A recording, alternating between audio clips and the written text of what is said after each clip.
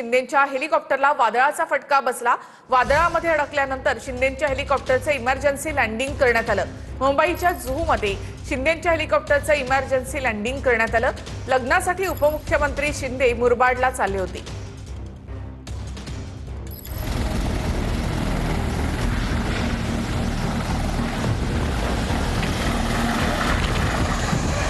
उपमुख्यमंत्री एकनाथ शिंदेंचं हेलिकॉप्टर वादळात अडकलं, पण पायलटच्या सतर्कतेमुळे मोठा अनर्थ टळला।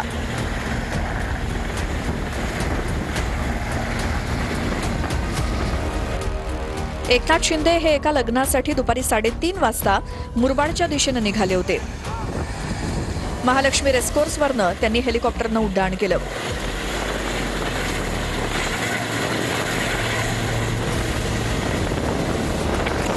पण कल्याणजवळ गेल्यानंतर हे हेलिकॉप्टर वादळात अडकलं। त्यानंतर हेलिकॉप्टरनं यू टर्न घेतला आणि हेलिकॉप्टरनं जुहूमध्ये इमर्जन्सी लँडिंग केलं।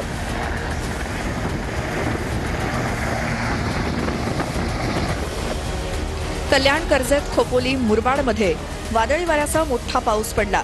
याच वादळी वाऱ्याचा शिंदेंनाही फटका बसला।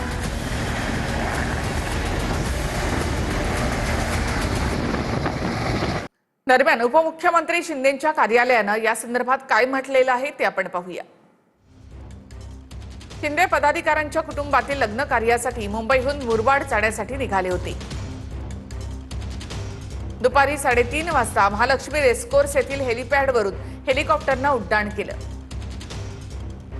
मात्र हेलिकॉप्टर जेमतेम ऐरोलीपर्यंत पोहोचताच समोरून येणारं वादळ पायलटनं पाहिलं।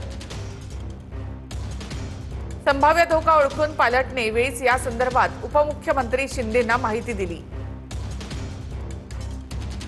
तसंच पुढे जाण्याऐवजी मागे वळावं लागेल असंही सांगितलं।